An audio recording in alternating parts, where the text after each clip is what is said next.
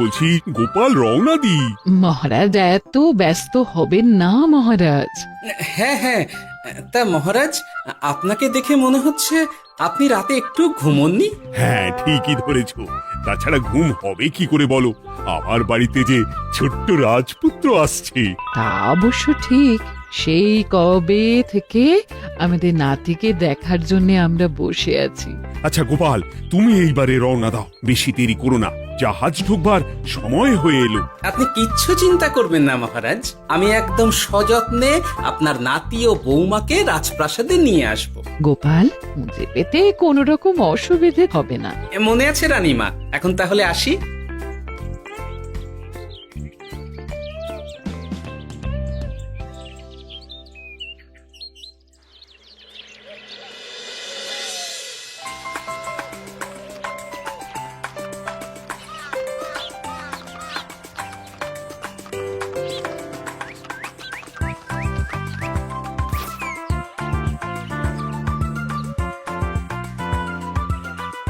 এসো এসো বৌমা, এসো। আরে আমার নাতি বাবু যে। বৌমা, পথে আসতে কোনো কষ্ট হয়নি তো? এইটুকু পথ আসতে কোনো রকম কষ্ট হয়নি মা। গোপাল কাকা এত ভালো যে কি বলবো। যাক যাক, গোপাল তাহলে আরো একবার আমার মান রাখলো। যতদিন গোপালের ধরে থাকবে তার প্রাণ, সে ততদিন মহারাজের রাখবে যে মান।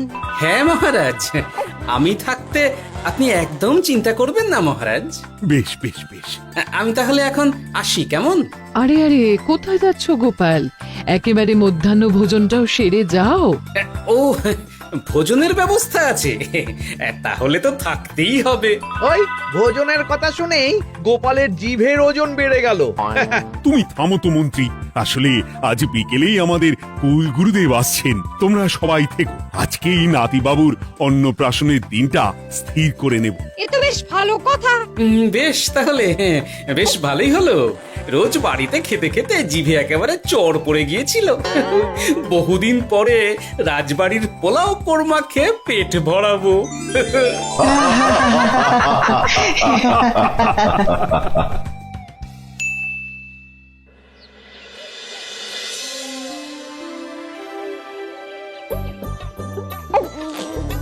বাহ, তোদের নাতির তো ঢের উন্নতি হবে রে, খুব প্রতিপত্তি হবে, নাম যশ সব হবে, কোনো চিন্তা নেই। গুরুদেব, নাতির শরীর স্বাস্থ্য ভালো থাকবে তো? দেখ, এমনিতে খুব একটা কিছু অসুবিধা তো দেখছি না, তবে হ্যাঁ, সম্প্রতি একটা বড় সড়ো ঝড় বয়ে যাবে দেখা যাচ্ছে। কি সর্বনাশ গুরুদেব, এসব কি বলছেন? কথাটা কি সত্যি? আমি মিথ্যা বলি না, যা দেখলাম, ঈশ্বর আমাকে দিয়ে যা বলালেন তাই বললাম। তাহলে কি হবে গুরুদেব? এই বিপদ এড়াবার কি কোনো উপায় নেই গুরুদেব? ওরে, তোরা আমার পুরো কথাটা শোন, কথার মাঝেই যদি এত প্রশ্ন করতে থাকিস তাহলে আমি কিভাবে আমার কথাটা শেষ করব? হ্যাঁ, ক্ষমা করুন গুরুদেব, আপনি বলুন বলুন। শোন, ওর কপালে ঝড় থাকলেও সে ঝড় ঠিক কেটে যাবে, চিন্তা করিস না, ভগবান আছেন, উনি বিপদ ঠিকই কাটিয়ে দেবেন। যখন বিপদ চরম সীমায় পৌঁছে যায় তখন ঈশ্বর নিজে এসে আমাদের বিপদ মুক্ত করে। সত্যি গুরুদেব, ঈশ্বর নিজে আসেন? হ্যাঁ, নিজে আসেন। জয় গুরুদেবের জয়। গুরুদেব, এইবারে তাহলে আপনি একটা শুভ দিন বলে দিন, নাতি বাবুর অন্নপ্রাশনটা ধুমধাম করে দিতে হবে তো। আজকের পর থেকে ঠিক 3 দিন বাদে একটা খুব ভালো দিন আছে, ওই দিন তাহলে অন্নপ্রাশনের ব্যবস্থা কর। বেশ বেশ, তবে তাই হবে গুরুদেব, তাই হবে। গোপাল, তাহলে সব কিছুর বন্দোবস্ত করা শুরু করো। সে আর বলতে রানীমা, আমি আগামীকাল থেকেই একদম জোর কদমে মাঠে নেমে পড়বো। হ্যাঁ রানীমা, আমি কোনো দায়িত্ব নেব নাকি? না থাক, যদি প্রয়োজন হয় তুমি গোপালকে সাহায্য করো।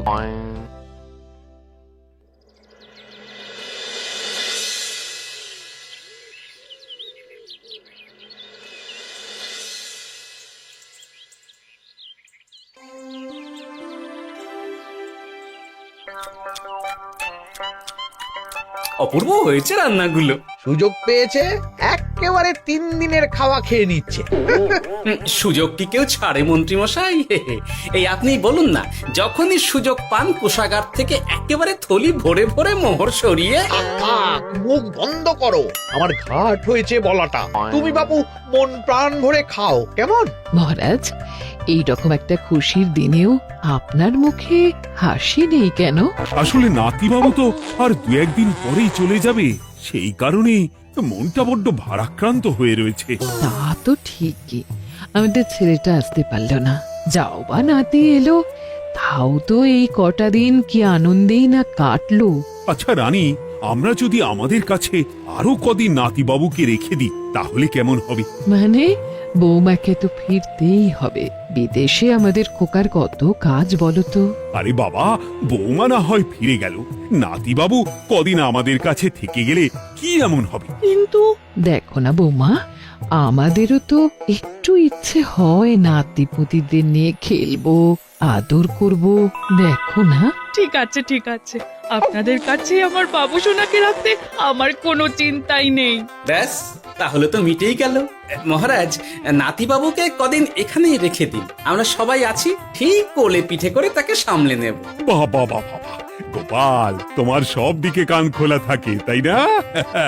মহারাজ, আমি হলাম ভাঁড়, তাই মাটির ভাঁড়ের মুখটা যেমন খোলা থাকে তেমন আমার কানটাও সব সময় খোলা থাকে, বুঝলেন?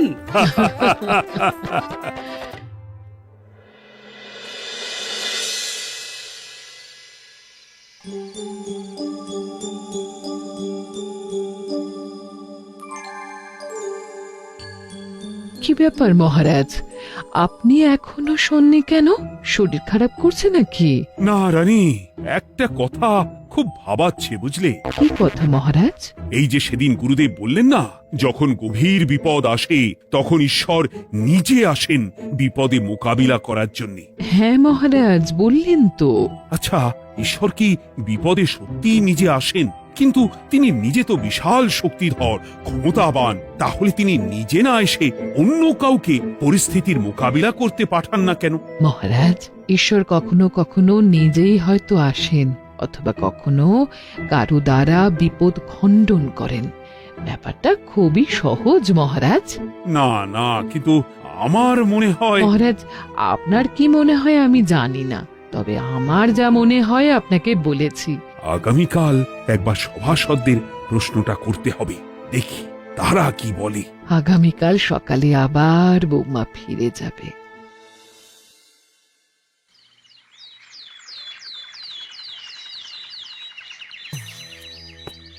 আমি তাহলে আসি, আমার সন্তানকে আপনাদের কাছে কদিনের জন্য রেখে গেলাম, ওকে খুব যত্নে সাবধানে রেখে দেবেন, কেমন? তুমি কোনো চিন্তা করো না মা, আমাদের নাতিবাবু একদম দুধে ভাতে থাকবে।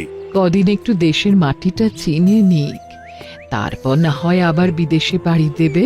এই বলো সোনা।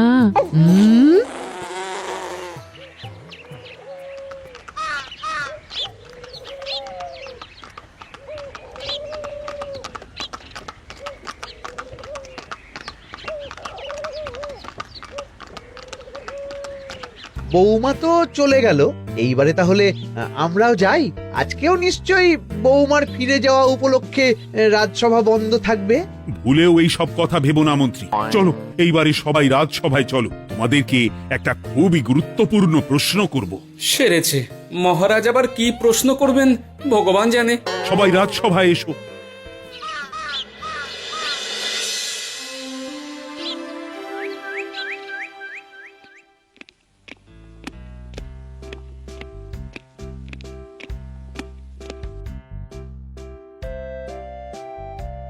আচ্ছা, তোমরা সকলে বলো তো, ঈশ্বর কি সত্যি বিপদ খণ্ডনে এই ধরাধামে অবতীর্ণ হন?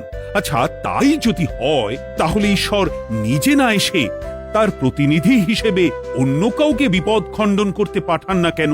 হ্যাঁ হ্যাঁ, ঠিকই তো।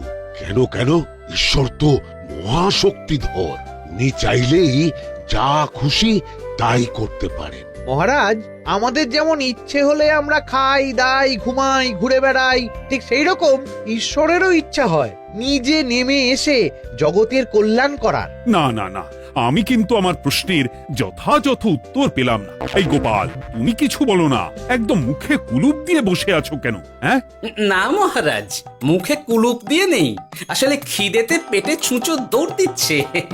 বেশি কথা বললে খাটনি হবে, আরো খিদে বাড়বে, তাই চুপ করে আছি আর কি। ইস, শুধু খাওয়া আর খাওয়া, সব সময় শুধু খাওয়ার চিন্তা। গোপাল, ছি, লজ্জা করে না? এমন একটা গুরুত্বপূর্ণ সময়ে তুমি আমার প্রশ্নের উত্তর না দিয়ে মনে মনে খাবারের কথা ভাবছো। আসলে মহারাজ, ওই না খেলে যে মাথাটা কাজ করে না, পেটে খিদে মুখে লাজ, এমন করলে তো মগজটাই পুরো ঘেটে ঘ হয়ে যাবে মহারাজ। বেটাকে তাড়িয়ে দিন। যাও যাও গোপাল, আমার রাজসভা থেকে এক্ষুনি বিদেয় হও দেখি। যাও যাও, তুমি যাও। যার সব সময় শুধু খাওয়ার চিন্তা, এমন পেটুককে সভায় রেখে আমার কোনো কাজ নেই। কিন্তু মহারাজ, চুপ, একদম চুপ। তুমি যাও গোপাল, যাও। যদি কোনোদিনও উত্তর খুঁজে পাও, তবেই আবার এই সভায় তোমার মুখ দেখিও।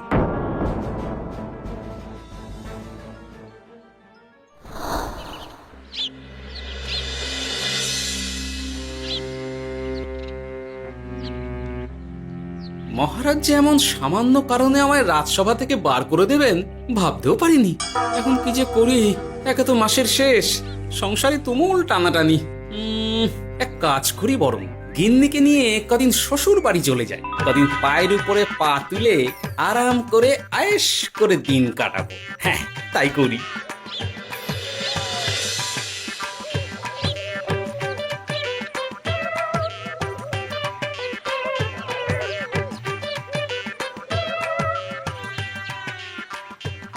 গিন্নি, ও গিন্নি, বলছি কি, ওই শিগগিরই তল্পি তল্পা গুছিয়ে তোমার বাপের বাড়ি চলো। এই কটা দিনের জন্য দুজনে ঘুরে আসি, বুঝলে? কি ব্যাপার? তোমার হঠাৎ করে আমার বাপের বাড়ি যাবার হিড়িক কেন? কিছু মতলব আছে নাকি? আমি না তোমার স্বামী? তুমি আমাকে এভাবে বেমক্কা মতলববাজ বলতে পারলে? হ্যাঁ, কোথায় আমি তোমার কথা ভেবে কথাটা বললাম, আর তুমি কি না আমায় স্বামী না স্বামী কে জানে? এই গত 3 মাস ধরে বাপের বাড়ি যাওয়ার কথা বলছি, তুমি তো তখন কানেই নিচ্ছিলে না, এখন হঠাৎ? আচ্ছা আচ্ছা, বুঝেছি বুঝেছি, অনেক ঝগড়াঝাটি হয়েছে, এইবারে তল্পি তল্পা গুছিয়ে চলো, মেলা সময় বয়ে যাচ্ছে। কি এক্ষুনি যাবে নাকি? সন্ধে হয়ে এলো তো। সন্ধে হয়ে এলো তো কি হয়েছে, চলো চলো চলো, শিগগিরই চলো। ঠিক আছে, আমি প্রস্তুত হচ্ছি। তুমি তাহলে একখানা গরুর গাড়ি ডেকে আনোগে, যাও যাও। আরে মিছিমিছি গরুর গাড়ি রাখবো কেন? আরে বাবা, আমরা হেঁটে যাব, হেঁটে। কি বলছো? এতটা রাস্তা বনের মধ্যে দিয়ে আমরা হেঁটে যাব? হ্যাঁ, শোনো গিন্নি, ওই বাতের ব্যথায় না হাঁটাটা বেশ ভালো, বুঝলে? চলো চলো, দেখবে কোনো রকম অসুবিধে হবে না। হ্যাঁ, আমি তো আছি নাকি? হ্যাঁ,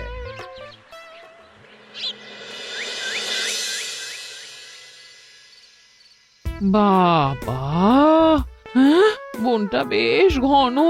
বলি, এই সময়ে এই বনের মধ্যে দিয়ে কেউ হেঁটে যায়? মেলা গজগজ না করে চুপচাপ এসো দেখি। ও মা গো, বাবা গো, বাবা গো, কি লাগাটাই না লাগলো গো। আরে, তোমার থেকে আমার বেশি লেগেছে, যাখানা ধাক্কা মারলে। কি করবো? গিন্নি আমায় ধাক্কা মেরে ফেললো বটে, কিন্তু আজ আমি মহারাজের প্রশ্নের যথাযথ উত্তর পেয়ে গেলাম। বেড়াল ছানাটিকে বাঁচাতে কোনো কিছু না ভেবেই কিভাবে বেড়ালটা ওই বাঘা কুকুরটার দিকে তেড়ে গেল। হ্যাঁ, তার মানে বিপদে পড়লে সন্তানকে বাঁচাতে না, আমাকে এক্ষুনি একবার রাজপ্রাসাদে যেতে হবে, রানীমার সঙ্গে কথা বলতে হবে। আরে আরে আরে আরে, ওদিকে কোথায় চললে গো? ওদিকে তো তোমার শ্বশুর বাড়ি নয়। আরে বাবা, আমার নয়, তোমার শ্বশুর বাড়ির দিকেই আবার যাচ্ছি, বুঝলে? মানে আমরা আর যাবো না? না না, পরে যাব, তাড়াতাড়ি এসো দেখিনি। এ কি রে বাবা, লোকটার মাথাটা কি গেছে নাকি? কখন যে কি করছে নিজেরই ঠিক নেই, যত সব।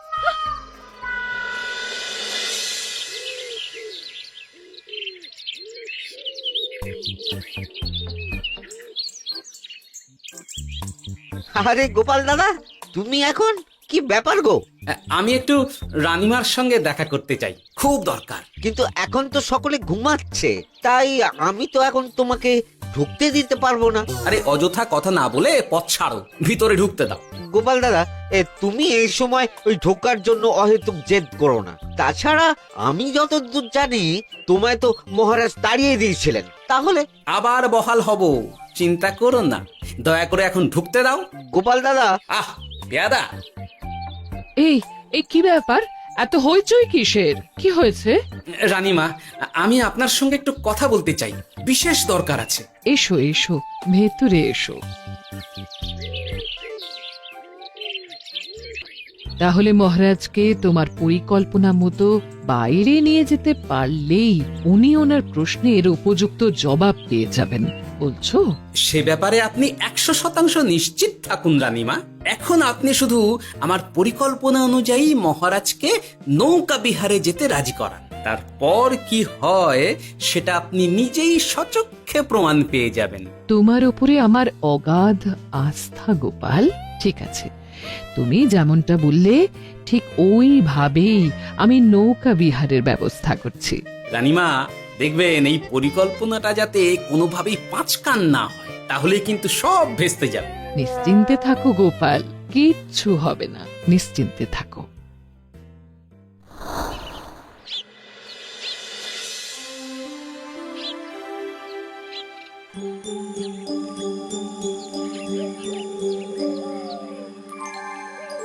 মহারাজ আবার বেজার ভোগ করে গেছেন।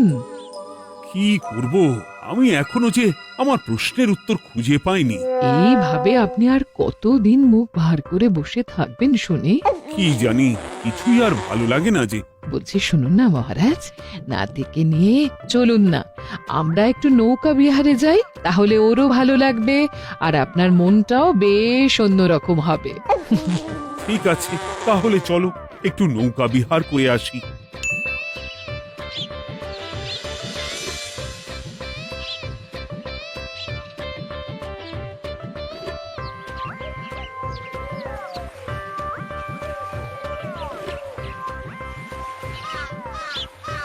এই তো মহারাজ, আসুন আসুন, সেই কখন থেকে আপনার জন্য অপেক্ষা করছি। এ কি গোপাল, তুমি এখানে? কি ব্যাপার? তোমার সঙ্গে তোমার স্ত্রীও আছেন দেখছি। মহারাজ, কতদিন আপনাকে দেখিনি বলুন তো, তাই আজকে একদম সস্ত্রীক চলে এলাম। চলুন চলুন, সকলে মিলে নৌকো বিহার করে আসি। কিন্তু আমি তো তোমাকে তাড়িয়ে দিয়েছিলাম, তারপরেও তুমি। মহারাজ, অনেক তো হয়েছে, এখন এসব কথা ছেড়ে নৌকোতে টুকুস করে উঠে পড়ুন দেখি। কিন্তু মহারাজ অযথা দেরি করবেন না, চলুন উঠে পড়ুন।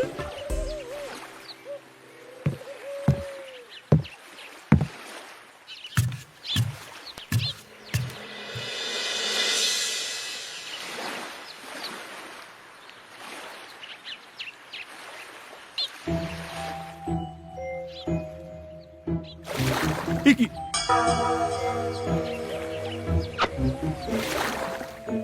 এই নাও, দেখো দেখো, ও কোনো সাড়া শব্দ করছে না কেন? সারা শব্দ করবেন না মহারাজ। মানে এসব কি বলছো? এই পুটুলির ভেতরে তো আপনার নাতি নেই, এখানে নাতির বদলে রয়েছে একখানা খেলার পুতুল। এসব কি বলছো তুমি? এইটা যদি পুতুলি হয় তাহলে আমার নাতি বাবু কোথায়? হ্যাঁ, আপনার নাতি এইখানে একদম সুরক্ষিত অবস্থাতেই আছে। যাক বাবা, আমি যে কি ভয় পেয়ে গেছিলাম তার কি বলবো। কিন্তু রানী, তুমি আমার সঙ্গে হঠাৎ কেন এমন ছলনা করলে? হ্যাঁ, আমার কথাই মহারাজ। কেন? আসলে আমি আপনাকে এই ঘটনার মধ্যে দিয়ে আপনার প্রশ্নের আসল উত্তরখানা দিতে চেয়েছিলাম, তাই। গোপাল, কি বলতে চাইছো একটু খুলে বলো তো। আপনি জানতে চেয়েছিলেন যে ঈশ্বর যেহেতু বিশাল ক্ষমতাধর, তাই সন্তানের বিপদে তিনি নিজে না এসে অন্য কাউকেও তো তার প্রতিনিধি হিসাবে বিপদটা কাটাতে পাঠাতে পারেন। হ্যাঁ, কিন্তু তার সঙ্গে এই ঘটনার কি সম্পর্ক শুনি? মহারাজ, পুতুলটি যখন জলে পড়ে গেল তখন আপনি সেটিকে নিজের নাতি ভেবেই একবারও কারুর জন্য অপেক্ষা না করে, নিজের প্রাণের তোয়াক্কা না করে নাতিবাবুকে রক্ষা করলেন। মহারাজ, আমরা ঈশ্বরের মানব সন্তান, ঈশ্বর আমাদের সকলের হৃদয়ের ভিতরে বসবাস করে, তাই বিপদ হলেই তিনি ছুটে আসেন, কখনো নিজে, আবার কখনো বা কোনরূপ প্রতিনিধি মারফত। তাই ভবিষ্যতে আর কোনোদিনও ঈশ্বর সম্পর্কিত কোনরূপ সংশয় মনে রাখবেন না, কেমন? সাধু সাধু, ধন্য তোমার বুদ্ধি হে গোপাল। সত্যি যেভাবে তুমি একটা ঘটনার মধ্যে দিয়ে আমায় আমার প্রশ্নের উত্তরটা ব্যাখ্যা সমেত, তার কোনো তুলনা হয় না। তোমার যে আর কিভাবে প্রশংসা করব তাই ভাবছি। মহারাজ, আমার আর প্রশংসা না করে ওই পেট পুরে একটু ভালো মন্দ খাওয়ান তো দেখি, তাহলেই হবে, আর কিচ্ছু চাই না। আচ্ছা আচ্ছা, বেশ বেশ, তাই হবে। আগামী 7 দিন তোমার সস্ত্রীক সহ রাজবাড়িতে দুবেলা আহারের নিমন্ত্রণ থাকলো, কেমন? ব্যাস, আর কি চাই?